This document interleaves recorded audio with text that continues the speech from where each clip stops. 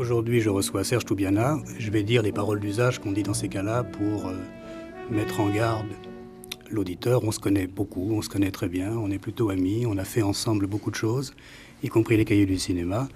Donc, inutile de faire semblant de se rencontrer pour la première fois. Si on s'appelle par notre prénom, c'est parce qu'on se connaît. Même si on a une histoire commune, aujourd'hui, on va faire un effort pour prendre de la hauteur, prendre du champ et essayer de définir, sans du tout renier notre point d'attache historique à nous, qui est, disons, les cahiers du cinéma, pour essayer d'écrire quelque chose qui se passe sous nos yeux et qui affecte donc la presse de cinéma, la presse spécialisée de cinéma. Donc on ne parle pas des quotidiens, on ne parle pas des hebdos, on parle des revues mensuelles qui, depuis très longtemps en France, suivent le cinéma et ont joué historiquement un rôle très très important dans à la fois la diffusion de l'idée du cinéma, des luttes esthétiques à l'intérieur du cinéma, le rapport du cinéma à l'art moderne, des engagements politiques, et qui ont quand même formé la sensibilité, la culture moyenne de une ou deux générations de gens qui, sans être forcément des gens de cinéma, ont le cinéma dans leur bagage culturel. Donc la critique de cinéma en France est une institution qui a une histoire très compliquée. Nous, on est une petite partie de cette histoire.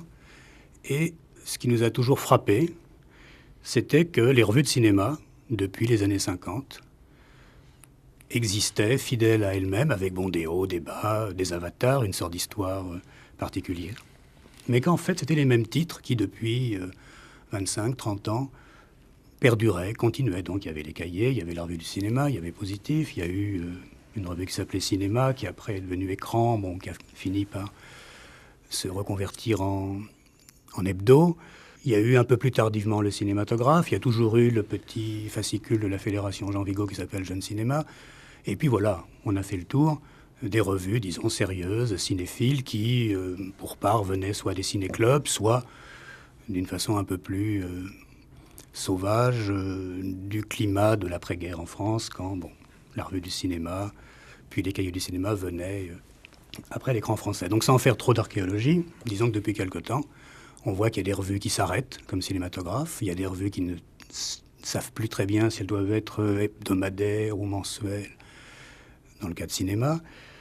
Il y a des revues qui n'évoluent plus, qui donnent un sentiment de dignité stagnante, mais qui ne sont plus nourries par des débats, des polémiques, des prises de position.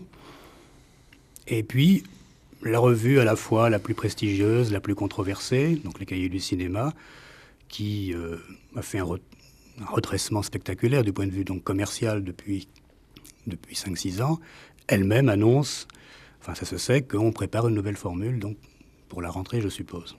Donc ça, Serge Toubiana va en parler, mais moi je voudrais donc, à partir de cette description un peu sauvage du paysage, on essaie de comprendre tous les deux qu'est-ce qui tout d'un coup a fait que l'ancien équilibre de ces revues de cinéma, le sentiment qu'elle donnait de couvrir à elle toutes, à peu près, tous les goûts, toutes les sensibilités, tout d'un coup, ça a explosé. Ou c'est en train de se recomposer. Et même d'ailleurs, dans, disons, des revues beaucoup plus proches du showbiz, qui ne sont pas des revues de réflexion, mais des choses comme Première, il y a une scission, il y a une nouvelle chose qui se crée qui s'appelle Studio. Donc on sent que de tous les côtés, on cherche des nouveaux, formule est un mot faible, on cherche une nouvelle manière d'être et de parler, disons, la réflexion de fond sur le cinéma et aussi l'amour du cinéma. Il faut se dire une chose, si des revues arrêtent, c'est toujours un peu triste. On se dit qu'il doit y avoir une raison profonde qui tient à la fois à ce qu'est devenu le cinéma, à comment il est véhiculé, comment l'information se fait sur le cinéma et par quels canaux. Et puis il y a aussi autre chose qu'il faut se dire, c'est que toutes les revues dont tu as parlé, elles ont quand même longtemps vécu. Elles survivent un peu, elles se traînent souvent, mais après tout, c'est quand même pas mal d'avoir vécu une trentaine d'années et d'avoir les unes les autres essayé et souvent réussi de refléter un peu l'état du cinéma. Donc je veux dire, il y a au fond pas tellement de secteurs de l'activité culturelle où des revues aient une si longue durée. Non, il n'y en a aucun, parce que si on prend les arts, théâtre, arts plastiques, musique, il n'y a rien de comparable. Ça ne tient jamais trois décennies. Donc il faut relativiser l'effet, disons, un peu triste de l'arrêt ou des difficultés de telle ou telle revue. Je crois que plus fondamentalement, je crois qu'il y a eu un changement que je serais incapable de dater, mais qu'on a dû sentir, toi et moi, quand on travaillait ensemble au cahier, qui fait que à un moment donné, les revues traditionnelles, pour pas dire les vieilles, les revues traditionnelles de la cinéphilie n'ont peut-être plus été perçues comme le lieu fondamental où se faisait à la fois l'information sur le cinéma, où se vivait tout l'aspect, le rituel ou l'aspect cultuel de l'amour du cinéma, et disons que ça passait par ailleurs.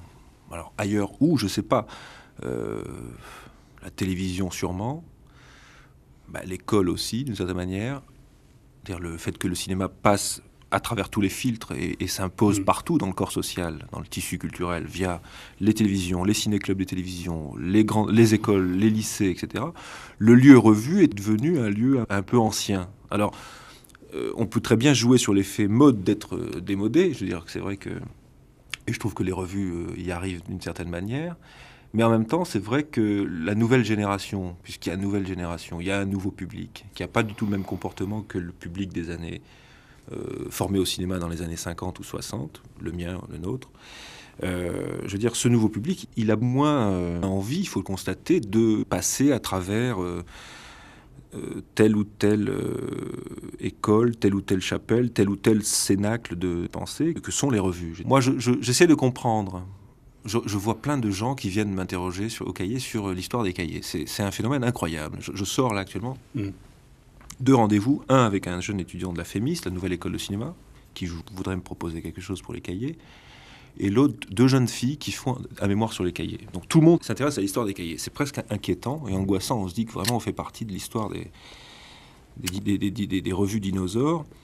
Et en même temps, ça me rassure quelque part. Je me dis, ces gens se demandent comment une revue a pu durer autant de temps et comment elle a pu essayer, au fond, en se gourant tout le temps, enfin pas tout le temps, en se gourant souvent, d'essayer de refléter quelque chose.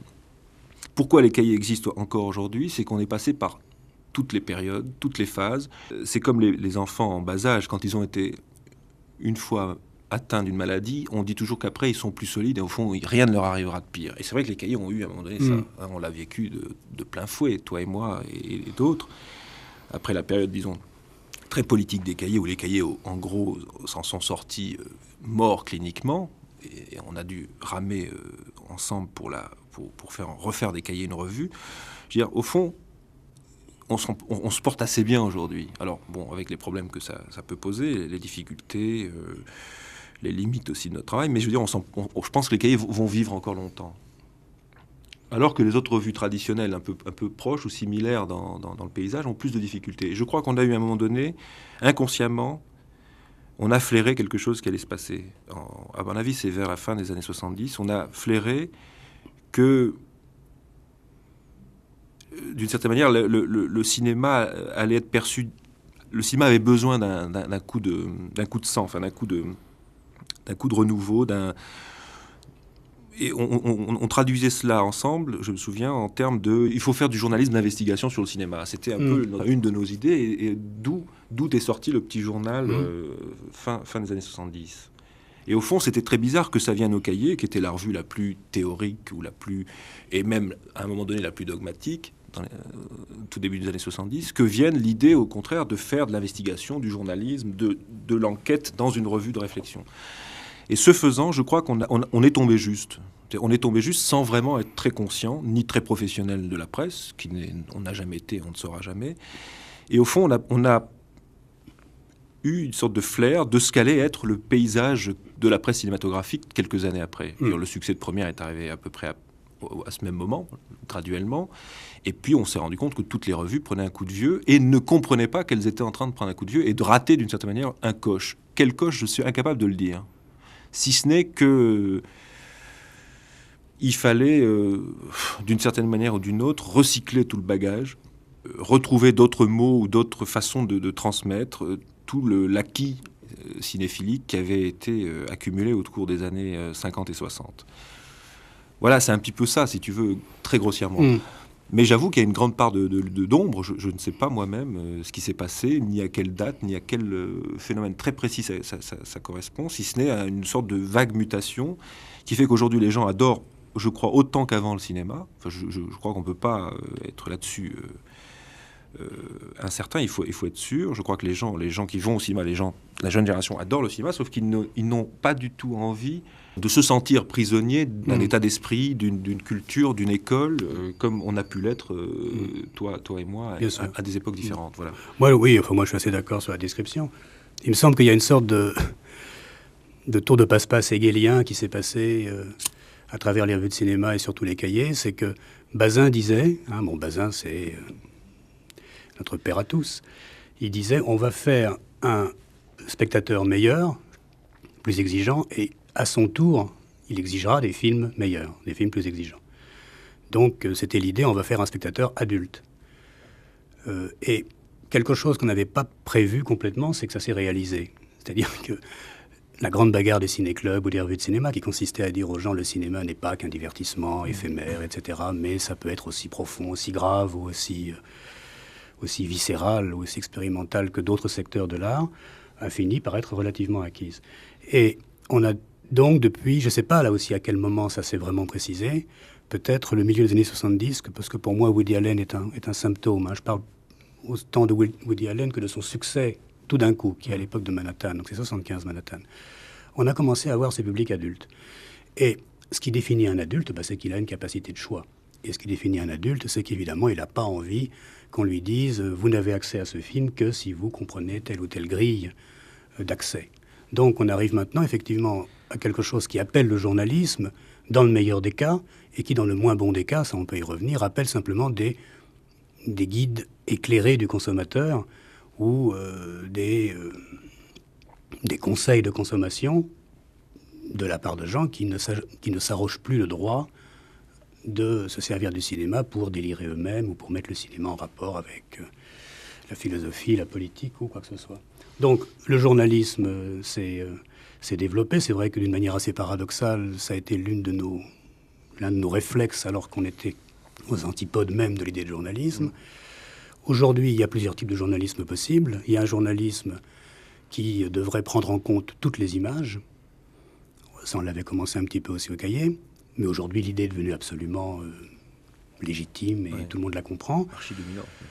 Il y a une autre conception du journalisme qui consisterait à dire le cinéma est une aventure magnifique, formidable, mais peut-être plus dans le passé que dans l'avenir. Donc on fait du journalisme à partir d'un stock définitif d'émotions, de stars, d'images et de labels, de noms propres déjà admis, déjà acquis, et on vous donne un petit plus d'informations là-dessus. Je dirais que quand on feuillette Studio, c'est à peu près le sentiment qu'on a. Donc maintenant, c'est plutôt que faire de ce public adulte, qu'est-ce qu'on pourrait lui donner que lui estime avoir besoin en plus. Est-ce que c'est l'information? Mais l'information va beaucoup plus vite qu'avant. Est-ce que c'est la réflexion de fond? Est-ce que c'est simplement qu'il soit conforté dans une culture moyenne des images qu'il aime bien? C'est difficile. D'abord, tu as cité Studio. C'est très intéressant de voir comment un journal nouveau, issu d'un magazine très populaire et qui est un énorme succès et qui, entre parenthèses, fait un bien considérable au cahier. Moi, j'ai toujours analysé le succès de Première comme créant une sorte d'énorme marché, le mot est horrible, mais effectivement, d'énormes lectorats potentiels qui, à terme, a besoin d'un produit, d'une revue un peu plus dense. Donc le succès de Première n'est en aucun cas gênant à tous les points de vue. C'est un produit très très bien fabriqué. Mais le phénomène Studio est très intéressant parce qu'ils ont rajouté une roue qui manquait vivement à Première. C'est la roue mythologie du vieillard. Et on se demande comment ils ont d'ailleurs pu vivre 10 ans sans cette clé-là, qui est une vieille clé, qui a toujours existé dans les ciné-mondes. Il y avait toujours l'idée comme ça. Au fond, qu'en est-il aujourd'hui de la mythologie, des stars, etc. Sauf qu'aujourd'hui, c'est quelque chose qui ne représente plus rien. Je veux dire, mettre 4 pages en noir et blanc de Rita Hayworth, ça n'est que de l'illustration. Je veux dire, tout le monde a ses photos chez soi, tout le monde a des posters, tout le monde a des cassettes, tout le monde a tout. Je veux dire, il n'y a plus rien de vivant là derrière. Et ça n'est pas non plus de l'analyse historique d'un genre ou d'une école ou d'un cinéaste. Donc c'est des choses totalement... il manquait une case à la grille, il faut la rajouter parce que, comme ça, on est sûr de tout couvrir. Mais ce qui me semble, moi, d'une certaine manière, un peu comique à analyser, c'est la façon dont on essaye de réinsuffler au cinéma, qui est un art vivant, mais une industrie fatiguée, d'insuffler cette part de mythologie, coûte que coûte. Bon.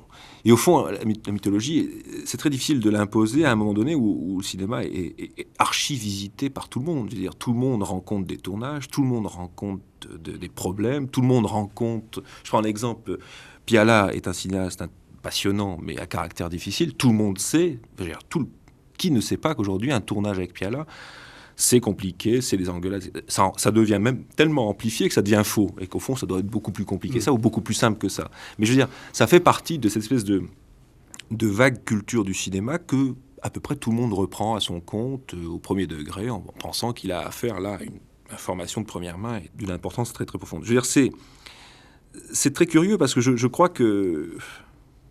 Moi, ça me pose des problèmes.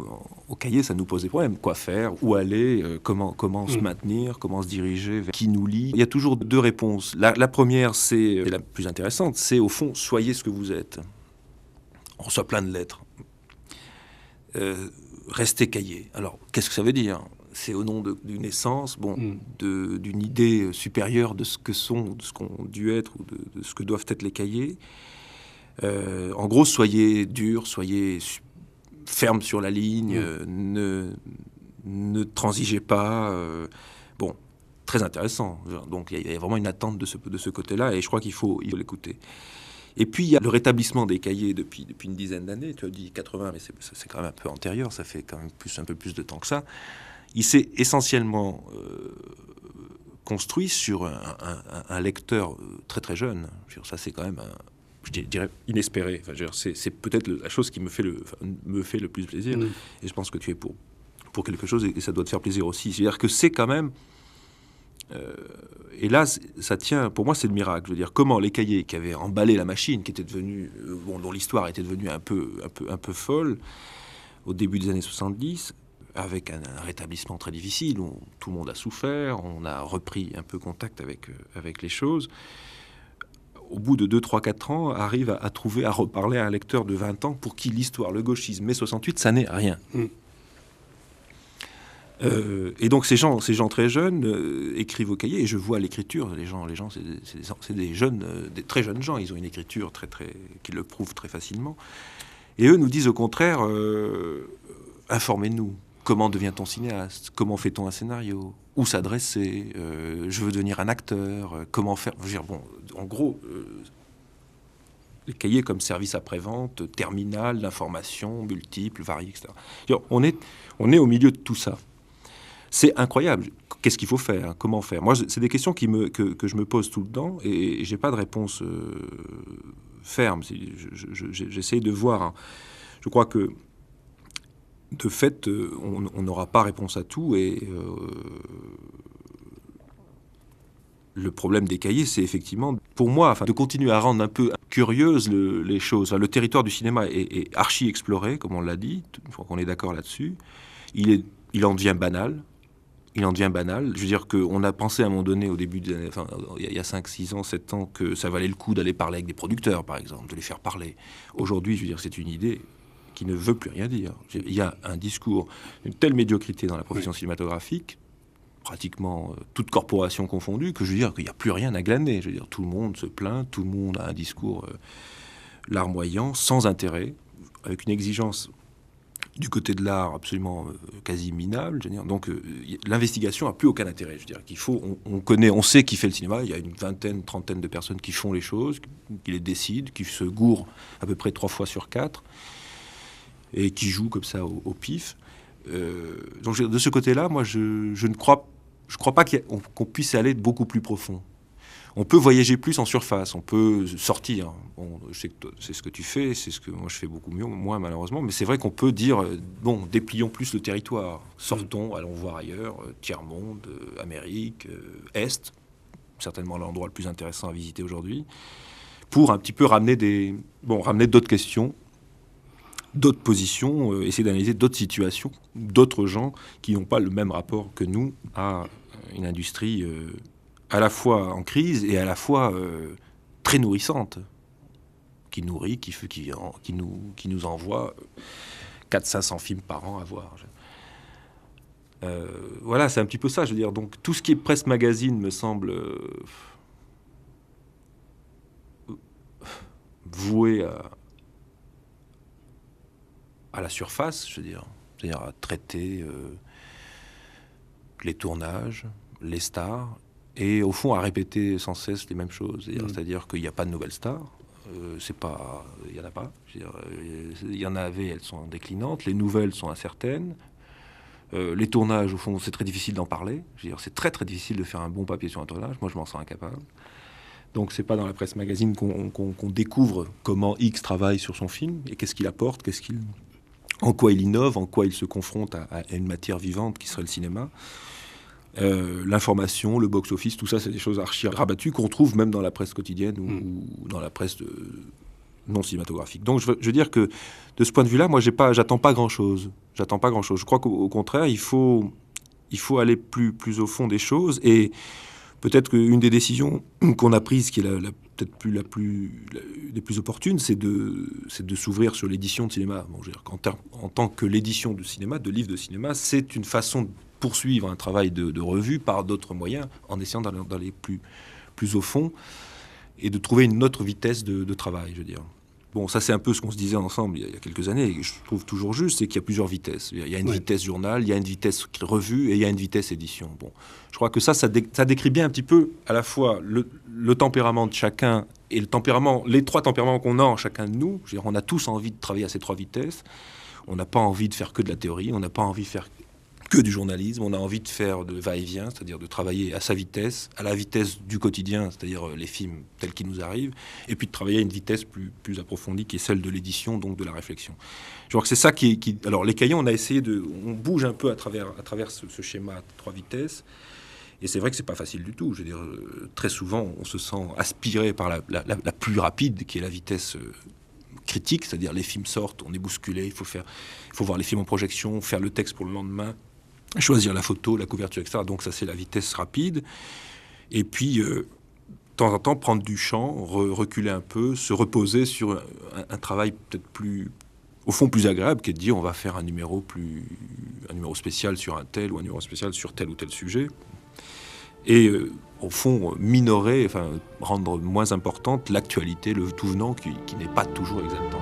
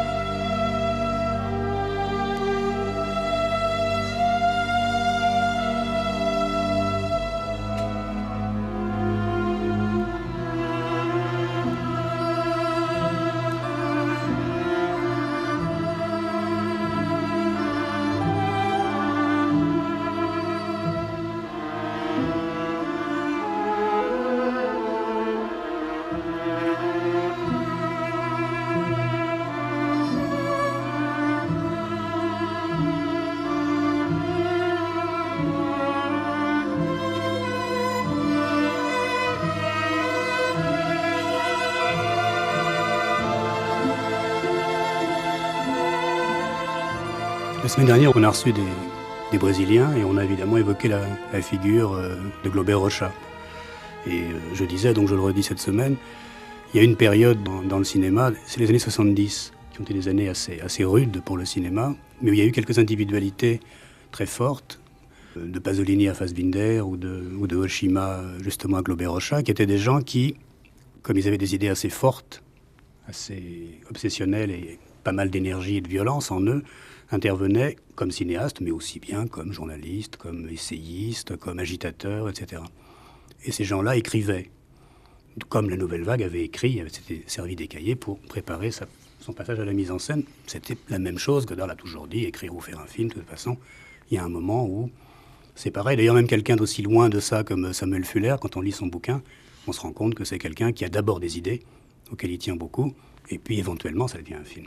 Alors, ce qui me frappe maintenant, dans le discours moyen, donc tu disais qu'il était très médiocre, et je suis assez d'accord, mais l'une des caractéristiques de cette médiocrité, c'est que on dirait que les cinéastes sont redevenus des artisans préposés au visuel. C'est-à-dire que dans leurs films, déjà, ça parle pas beaucoup. On revient au mot d'auteur, on revient au dialogue, on revient à des ficelles. Des fois, c'est carrément aphasique. Je ne parle pas du clip ou des grandes célébrations du cinéma muet avec orchestre dans la salle. Donc, on ne veut plus beaucoup que ça parle. Moi, mon hypothèse un peu provocante, mais ça sert toujours de provoquer un peu, c'est que si quelque chose meurt dans le cinéma, c'est sa dimension parlante en ce moment. Bon. Et ça ne peut pas ne pas se répercuter sur une revue, sur n'importe quelle revue, particulièrement sur les cahiers, qui a toujours été faite par des gens qui aimaient écrire, avaient un rapport à l'écriture, et même souvent passaient par l'écriture avant de faire du cinéma. Et est-ce que c'est pas... l'un des problèmes d'une revue, c'est de rendre compte d'un état du cinéma où un Benex dit « moi je suis pas un intello, je suis incapable de mettre 2 mots d'affilée, c'est pas mon travail », et puis on sent derrière un ah bah les intellos » ou pourquoi ils pinaillent, bon le cinéma c'est de l'image, etc. Ça plaît aux jeunes comme ça. Est-ce que c'est pas embêtant cette sensibilité-là pour des gens qui, eux, vont intervenir, bien ou mal, avec de l'écriture? Ce que tu mets dans la bouche de Benex, j'y crois pas. La preuve, 37.2, c'est un roman filmé. Donc je veux dire, alors peut-être que c'est aussi la preuve qu'il a besoin de s'appuyer sur un romancier qui, lui, a un sens. Moi, je n'aime pas beaucoup, mais il a un sens de l'écriture. J'y crois pas, je veux dire. Et d'une certaine manière, c'est son problème à Benex. Moi, c'est ce que j'avais pensé de son film 37.2 quand j'avais écrit sur le film. C'est que, justement, le point faible, c'est le récit, je veux dire. Effectivement, bon, le sens de l'image, ça veut rien dire avant le sens de l'image. Tous les publicistes l'ont, tous les cinéastes l'ont à peu près, je veux dire. Le point faible, c'est le récit, c'est la langue. C'est que c'est une langue qui s'écoute, qui est redondante, qui est lourde, qui manque de légèreté par rapport au support film. Ce que tu dis est vrai, en même temps, il y a beaucoup de symptômes comme quoi, justement, le public a besoin d'autre chose. Je veux dire, le succès des Pagnols, c'est ça. Je veux dire, bon, c'est que les gens ont eu envie de réécouter ça, ce texte, cette dramaturgie, quoi qu'on pense des films, je veux dire, il reste quand même des choses de Pagnol dans les films de Berry. Oui, simplement là, on est quand même revenu à l'adaptation littéraire. C'est ça. Et par rapport au film même de Pagnol, où la dimension était du verbe, dans ce que ça avait de très violent, il y a quand même une perte sèche. Donc disons que c'est une sorte de nostalgie du grand texte, de la grande histoire, mais sous une forme quand même terriblement... simplifié, normalisé, absolument. Mais c'est vrai, mais je crois que ça reste. Et puis bon, c'est pour plus près de nous, les succès des films de Rohmer sont très parlants, c'est le cas de le dire. Je veux dire. Donc je suis pas convaincu. En même temps, moi je crois que je sais pas qui disait ça. C'était quel cinéaste nous disait ça récemment? C'est Bertrand Blier disait ça, qui était très intéressant. Le succès de Bertrand Blier, c'est un scénariste et un cinéaste très intéressant de ce point de vue, de la langue. Hein. Le succès de Tenue de soirée, c'est ça, c'est le verbe, c'est le culot le dialogue. C'est le culot du dialogue, voilà. Et il disait un truc formidable que je trouve vraiment très juste et qu'il faut approfondir. Il disait les films américains sont mauvais parce qu'ils ont pas le courage d'aller très loin dans les sentiments. Et au fond, les films français sont beaucoup plus culottés. Et ça, c'est vrai. C'est vrai. Toute catégorie confondue. Le cinéma français a toujours été plus profond en psychologie, dans tout ce qui est de l'ordre relationnel, enfin amoureux, scène de ménage, trivialité, engueulade, etc., etc. Et c'est vrai que, et en même temps, en face de ça, on se dit bon bah ce qui marche actuellement, c'est les films américains. Bon. Donc il y a un problème, il y a une contradiction. Mais je crois qu'on va revenir à quelque chose de plus fondamental. Je veux dire, ça se sent sur plein. Je le sens sur plein de points, entre autres, donc je parlais de Blier et de Rohmer, mais il y a d'autres cinéastes qui peuvent le dire. Mais pour revenir au cahier, je sais pas, moi, c'est vrai que c'est un problème pour nous, et en même temps, la façon dont des rédacteurs des cahiers résolvent le problème, c'est en passant à la mise en scène. Je veux dire, bon, ça, c'est quand même un phénomène qu'on a toujours connu, enfin, un peu moins peut-être dans les années 70, mais encore que ça a repris très nettement avec Biette, entre autres, qui a commencé à faire des films, Canet, Comolli et tous les autres. Et puis là, actuellement, ces 3 dernières années, je veux dire, à peu près, je dirais, 70% de la rédaction est partie, je veux dire. Soit Serge Le Perron, Dubroux, Bergala, Assayas, Bonitzer qui fait des scénarios. Je veux dire, il y a toujours eu cette espèce de pensée comme quoi, au fond, au Cahiers, on était là de façon transitoire, quitte à y revenir d'ailleurs, hein, c'est pas le problème. Je pense que certains vont en venir, d'autres non, parce qu'à un moment donné, le besoin de travailler, d'écrire, de faire des films est plus fort que... Je veux dire, le besoin solitaire est plus fort que la nécessité du collectif, qui est de faire partie d'une revue. Je ne sais pas comment répondre, je ne sais pas si je réponds vraiment, je ne crois pas d'ailleurs, mais... Non, c'est moi qui essaie de faire une sorte d'hypothèse qui est également tout à fait personnelle, parce que comme les Cahiers a toujours été considéré d'une façon d'ailleurs superficielle par les gens de la profession comme une revue littéraire, alors que moi je pense que c'est une revue dont la qualité, ça a été d'être travaillée par la littérature, par l'écrit et par l'image, ou plutôt par l'image, mais jamais indépendamment de l'écrit. Je crois que ça c'est vrai pour nous, et c'est vrai pour ce qu'on a écrit, et c'est vrai pour tout le cinéma français qu'on a toujours aimé. Donc ça c'est une vraie tradition, moi, à laquelle je me tiens de toute façon. Je pense qu'il y a, on dirait, une sorte de coup d'arrêt, ou transitoirement historique, peut-être parce que parallèlement au cinéma, l'univers des médias dans lequel maintenant le cinéma joue un rôle très particulier, à la fois d'otage, de symboles, de pyramides, voire studios, de grands magasins où l'on pille, tout en criant que le cinéma est magnifique, mais on le pille, on est en train de le tuer, car les médias quand même c'est une machine extrêmement destructrice, fait que on est surpris de voir que finalement c'est un vieux bonhomme comme Rohmer qui a fini par trouver la bonne équation qui lui permet de redonner à un public le plaisir d'écouter un dialogue de comédie, comme il y avait des dialogues de comédie chez Hawks, qui est d'ailleurs le maître de Rohmer.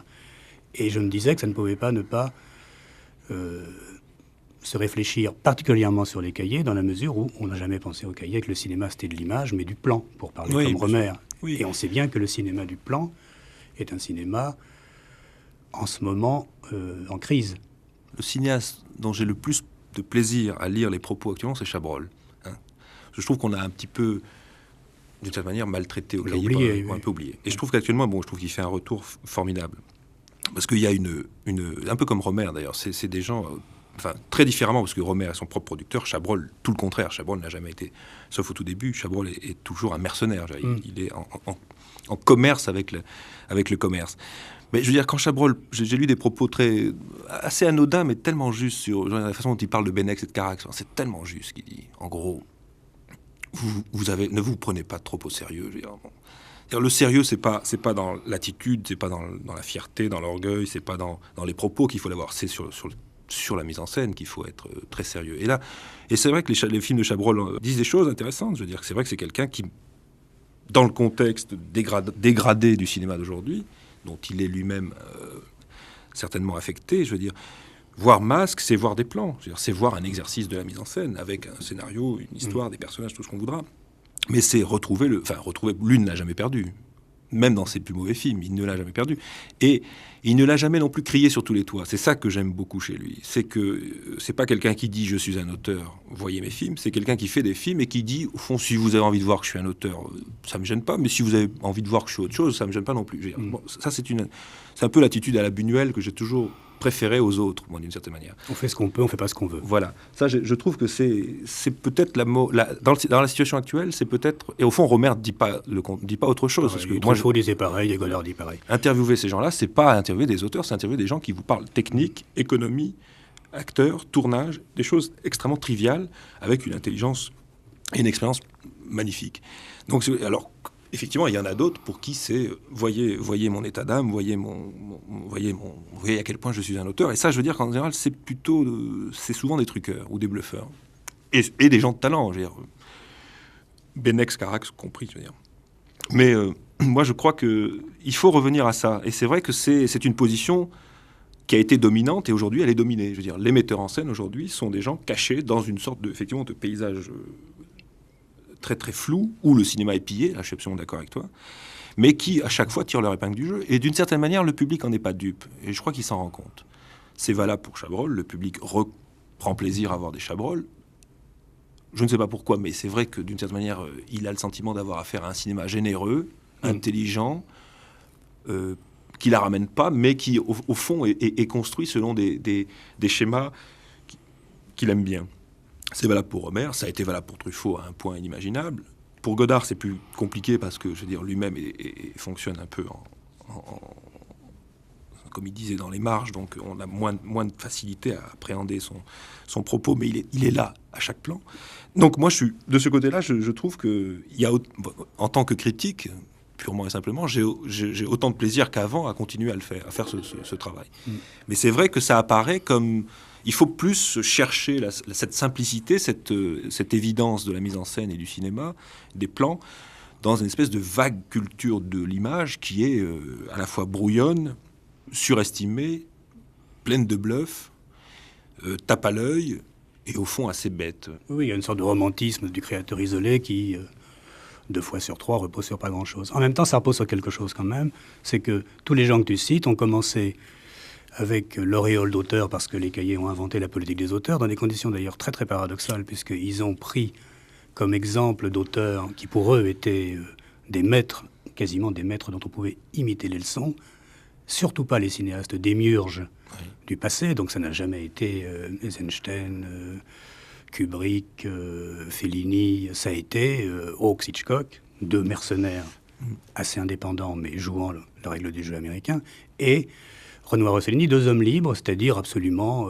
soumis à toutes les fluctuations, très inégaux, capables de faire des erreurs, de revenir à la surface. Donc les cahiers s'étaient lancés comme auteurs en prenant leurs leçons chez des hommes libres, mais pas des démiurges.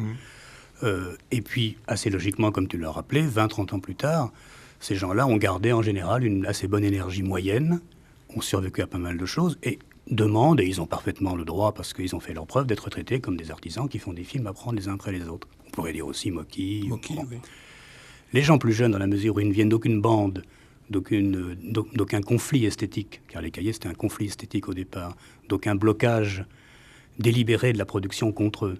Donc ils n'ont pas eu à s'organiser avec... On cherche des alliés dans le passé du cinéma, on trouve des producteurs, on trouve des acteurs de son âge, on a une revue dont on se sert. On dirait qu'ils sont obligés d'emblée de se positionner comme des machines de guerre, d'où évidemment une hypertrophie du moi, etc. Et par rapport à ça, on voit une partie donc des revues de cinéma, là on reprend le paysage général, qui, héritant elle aussi de la politique des auteurs, puisqu'elle est devenue, on l'a dit et redit, une sorte d'argument commercial et rien de plus. Il faut que les choses soient signées aujourd'hui, il faut que n'importe quel message soit personnalisé aujourd'hui. C'est même pas la signature, c'est la personnalisation des messages. Et au cahier, toi, mais aussi bien moi à Libération, il y a un moment où on peut se poser la question. On dit, si on cherche vraiment cette sorte de presque d'énergie modeste et têtue qui consiste à faire des films qui ressemblent à quelque chose et qui ne sont pas forcément des grandes cathédrales vides, est-ce qu'il y a un moment où la politique des auteurs, appliquée aveuglément, y compris donc, par les cahiers ou même par Libération, ne se retourne pas contre elle-même? Ça veut dire, est-ce qu'on ne fait pas, par habitude, une sorte de promotion ou de contre-promotion de noms propres qui sont des noms propres avant même d'être des œuvres, alors qu'on sait que l'avenir industriel du cinéma est tellement aléatoire que quelqu'un qui commence aujourd'hui n'est pas absolument assuré, dans 20 ans, 30 ans, d'être encore cinéaste, alors que je pense que quand Chabrol a commencé, il devait être un petit peu inquiet, mais pas fondamentalement. Et est-ce que là, la politique des auteurs comme mode de questionnement, comme façon de mettre en scène le cinéma, ne peut pas déraper facilement? On va faire paraître dans le prochain numéro un article de Bill Crone, qui est le correspondant des cahiers à Los Angeles, qui alors vraiment est un article passionnant, parce qu'il dit tous les grands films américains aujourd'hui sont des films de commande. Le Scorsese, que tu aimes moins que moi, je crois, en est un exemple. C'est un bon film de commande. Voilà, c'est un film de commande. Donc tout Hollywood, tous les cinéastes américains, le Coppola est une commande, le prochain, Garden of Stone, etc. Le Cimino, pratiquement. C'est un roman, Puzo, etc. Donc tout Hollywood, les grands, enfin ceux qui nous intéressent, ceux qui nous stimulent encore, parce qu'ils sont des grands metteurs en scène et qui ont une vision à la fois du monde et du cinéma, les deux liés, font des commandes. Donc ça va, la politique des auteurs, il faudra qu'elle se... La vieille politique des auteurs, qui moi m'intéresse plus beaucoup, je dois dire, il faudra bien la revoir de toute façon à l'aune de cette réflexion-là, puisque les grands américains, donc ceux qui donnent un peu le là du cinéma mondial, sont eux-mêmes en train de passer et de prendre un grand plaisir à se faire passer des commandes par telle ou telle compagnie, tel ou tel studio ou tel producteur indépendant. Je veux dire, en France, c'est pas pareil. Je veux dire, on n'imagine pas Romer acceptant une commande. Chabrol est assez pervers. Je veux dire, à la fois, il les prend, mais il les suscite plus qu'il ne les accepte. Bon, Godard n'attend que ça, mais personne ne lui en passe. Donc, il est obligé de mimer qu'il remplit les... Là, il fait une histoire les questions et les réponses. Voilà, il fait une histoire du cinéma pour Canal+. Bon, c'est à la fois un désir de lui, un désir de l'autre, on ne sait jamais, mais c'est quand même plus un désir de lui qu'un désir de Canal+. Donc je veux dire, tout le monde essaye de mimer. Bon, Mocky, c'est aussi une trajectoire passionnante. Moi, je crois que les cinéastes intéressants, au fond, on en revient à cette vieille idée, les cinéastes intéressants, c'est ceux qui tournent beaucoup. Vieille idée cahier, je veux dire, des années vraiment très très vieilles, mais au fond, c'est vrai. C'est ceux qui tournent beaucoup, donc qui ont vraiment du matériau devant eux, du désir encore inassouvi pour raconter une histoire ou faire des plans, qui sont les plus intéressants. Je veux dire que, à côté de ça, il reste des gens qui ont fait peu de films, et bon, l'œuvre de Bresson reste, on ira toujours puiser. Et on aura toujours du plaisir à l'épuiser, mais d'une certaine manière, c'est frustrant. Tati, n'en parlons pas. Je veux dire que Tati ait fait 6 films. Je veux dire, c'est un des crimes du cinéma, un des drames du XXe siècle, pour moi. Bon, mais c'est vrai qu'on revient à cette vieille idée. C'est ceux qui font beaucoup, qui ont leur propre machine ou qui acceptent de se mettre au service d'autres machines que sont les producteurs ou les compagnies, qui nourrissent le plus le cinéma aujourd'hui. C'est une idée qu'il faudra creuser là, sur le cinéma américain. Bon. Qu'il n'y a plus tellement soit de sujets, soit d'énergie, soit de potentialité, soit de moyens physiques et financiers de créer sa propre structure. Et oui, je pense qu'on est effectivement arrivé à la fin d'une période qu'on avait définie nous-mêmes à l'époque comme puisque l'industrie est malade, les cinéastes doivent créer leur petite machine de guerre qui est toujours un peu bancale, où ils ont besoin de beaucoup d'énergie, simplement pour reproduire la force de travail et la commande sociale minimum pour faire un film après l'autre. Et on avait développé, je me rappelle, cette théorie dans les années 80. Aujourd'hui, il y a une fatigue réelle de ça, chez les gens eux-mêmes, parce que c'est quand même, on peut dire, sans faire de romantisme exagéré, que Fassbinder a dû en mourir, ou que Truffaut, Eustache... Et ce qui fait que les films... ce qui fait que beaucoup de films sont boursouflés. Je veux dire, je prends l'exemple de le film de Mauvais sang de Carax, que j'aime beaucoup, que j'ai défendu et tout. On n'a pas le sentiment... Enfin, pour moi, Mauvais sang est un film réussi. On a comparé à Godard. Le problème, c'est que Godard, à l'époque où il a commencé, il en a fait beaucoup plus, de façon beaucoup plus légère. Il n'avait pas besoin de 30 semaines, il n'avait pas besoin de se foutre en guerre avec son producteur pour réussir à faire ce qu'il a fait. On a l'impression que Carax, si tu veux, en un film, il a tout fait, quoi. Il a fait le départ, l'arrivée, il est parti jeune, il est arrivé fatigué. Mais est-ce que c'est pas une autre façon de parler, de ce dont on parlait au début en disant Studio nous montre le cinéma comme une pyramide et on fait la visite guidée avec quelques images en plus. Donc le premier film est déjà une sorte de bande-annonce de toute une œuvre. Qui n'aura peut-être pas lieu d'ailleurs. Qui n'aura peut-être pas lieu, mais c'est peut-être parce que profondément les cinéastes ne sont pas sûrs qu'elle aura lieu, qu'au moins une fois, ils font un film qui, pour un autre cinéaste d'il y a 20 ans, il serait dit je vais attendre 5-6 films avant d'aborder tel ou tel sujet, que ce soit un thème ou un problème plastique ou un problème d'acteur. Donc c'est la dimension du temps de l'artisan. Oui. Alors ça, au moment où l'artisanat est revendiqué d'une façon très violente, le fer, le goût de fer, le goût de l'image, etc., c'est aussi parce qu'on a le sentiment que le temps manque pour qu'une expérience d'artisanat soit possible. Car moi, je pense que la phrase de Malraux a fait beaucoup de mal. Le cinéma est parfois un art, je veux bien, mais jamais quand il est planifié comme art. Et une industrie, il l'a été qu'aux USA. Donc c'est toujours un artisanat. Simplement, il y a un artisanat qui a les moyens d'accumuler des expériences, méthode des erreurs et des succès. Et il y a un artisanat qui, on dirait, veut se résumer en une fois, et on appelle ça une œuvre, alors que ce ne sont jamais que des hypothèses, parfois très brillantes, dont on a peur que l'auteur ne les développe pas parce qu'il peut imploser lui-même, parce que le public peut dire non. Et aujourd'hui, c'est dramatique, parce que si le public dit non, ça peut casser la suite des opérations. Et on ne sait plus, alors en tant que critique, là je parle aussi bien pour moi, s'il faut aller dans le sens de cette image qui se revendique elle-même, qui est contrainte de se revendiquer elle-même, ou au contraire essayer de parler du cinéma comme on n'a d'ailleurs jamais réussi à en parler, un film après l'autre, en essayant de voir ce qu'il y a dans le film, ce qu'il dit, s'il a un sujet, s'il est bien fait ou pas. Moi je sais que, donc tu parlais de Scorsese, moi j'étais un peu déçu par le film de Scorsese, mais c'est un cinéaste que je trouve formidable. Mais je ne l'en ai pas voulu parce que je pensais que c'était important pour lui de revenir à la surface commercialement, puis c'était plutôt une belle hypothèse de voir si ce pouvait faire avec Newman. Et je me suis dit, je vais essayer d'écrire dans Libération, presque sans parler de Scorsese. Si c'est vraiment une commande, un super artisan, le désir initial du film est quelque part entre Scorsese, Newman et les USA, peut-être qu'on pourrait dire de quoi ça parle, est-ce que c'est bien raconté, est-ce que le sujet est intéressant, est-ce qu'il y a un thème derrière. Et puis j'ai pas réussi. C'est là que je me suis rendu compte à quel point notre tradition Caillé, mais qui est devenue mondiale, y compris dans ses caricatures publicitaires, était une façon de prendre le cinéma qui, des fois, me fait peur à moi-même. Et je pense que tu dois avoir le même problème au Caillé. Mais d'ailleurs, pour être tout à fait honnête, je trouvais que c'était exagéré de mettre le Scorsese à la une du numéro des Cahiers, car même si l'image est belle, ça semblait authentifier l'idée que tout film de Scorsese aurait la une des Cahiers, puisque c'est un cinéaste qu'on aime beaucoup. Moi, je pensais que celui-là, on pouvait dire il est moins bien que les autres, car à supposer qu'il en fasse un vraiment formidable, de nouveau, on aura perdu, même par rapport à ce que tu dis, on aura perdu la vigilance et l'affection qu'on a pour quelqu'un qui, à un moment, peut faire un film moins intéressant et moins personnel. Il y a une sorte d'inflation dont nous-mêmes, on n'est pas du tout exempts. Pour moi, c'est le vrai drame du cinéma. Que les cinéastes n'aient plus le temps pour eux de déplier l'œuvre. C'est un mot un peu banal et un peu non, mais un peu c'est ronflant. Une expérience à la fois de travail, de vie, et voilà. Mais moi, je n'en connais. Je veux dire, les seuls dont on puisse dire qu'ils ont réussi et qu'ils sont en train même d'aller au-delà de leur réussite, c'est toujours les mêmes. C'est-à-dire Romer, Chabrol, Godard, Rivette, c'est plus que difficile. C'est extrêmement aléatoire. Et il a beaucoup plus de mal, et c'est très grave même.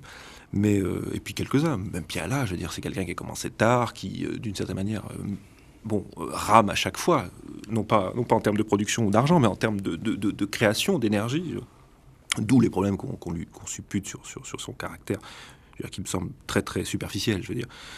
Le vrai problème, c'est qu'il a mis beaucoup plus de temps à mettre en place sa propre machine de travail. Et d'une certaine manière, il a besoin à chaque fois de la détruire, de l'annuler, de la recréer ex nihilo sur le tournage, au plan par plan. Mais à part ça, on les compte sur une doigt d'une main. Il y a Mocky, et puis il y en a très peu. Tous les autres ont beaucoup... Alors, ne parlons pas des jeunes, parce que les jeunes, ils vont... ils sont, tous les cinéastes qu'on connaît, qu'on aime bien, dont les premiers films, les seconds films n'ont pas vraiment bien marché, ont à la fois eu un petit succès critique, mais pas vraiment de succès public. Ceux-là, je veux dire... Ils n'ont pas commencé à 25 ans, ils ont commencé plutôt à 30, 35, si ce n'est plus. Et je veux dire, ceux-là, rien n'est certain, rien n'est certain. Et je crois que c'est là qu'on va voir... Alors nous, la critique, c'est ce qu'on disait à un moment donné quand on avait sorti l'expression, l'opération SAMU, la critique SAMU, c'est on vient pour sauver les meubles. On ne sauve pas grand-chose. Non, ce qu'on sauve, c'est le nom de l'auteur. C'est le nom de l'auteur, c'est tout. On ne sauve rien du tout. Et on ne leur donne pas assez de force pour trouver l'énergie, pour continuer. Et surtout pour essayer de trouver les moyens comme disait Toscan, de dialoguer avec le commerce. Enfin, bon, ce qui est une des phrases fortes de sa politique de cinéma dans les années 70, 80, et qui est pas totalement idiote. C'est vrai qu'il faut à un moment donné trouver le moyen de dialoguer avec le négoce. Voilà, le mot, chercher le mot. Bien sûr. Bon, si le négoce ne veut pas dialoguer, tu ne peux faire que ce que tu peux faire, c'est-à-dire souvent pas grand-chose. Je sais pas. Moi, le constat, je le trouve assez dur, assez douloureux, mais quand même. Et là, le Scorsese, moi, je trouve qu'il est. Je veux dire, c'est peut-être parce que la commande américaine n'était pas vraiment une vraie commande despotique comme ça a dû l'être dans les années. Non, c'était aussi une commande truquée. C'est voilà. Aussi Newman qui dit je veux Scorsese. C'est le problème que les Américains ont et que quelqu'un comme Godard a eu ici, c'est que des gens qui, effectivement, fondamentalement, sont prêts à s'adapter à une situation dont ils n'ont pas la maîtrise, trouvent que personne en face d'eux ne leur passe commande, parce que tout le monde, y compris les producteurs maintenant, est en admiration devant le nom de l'auteur.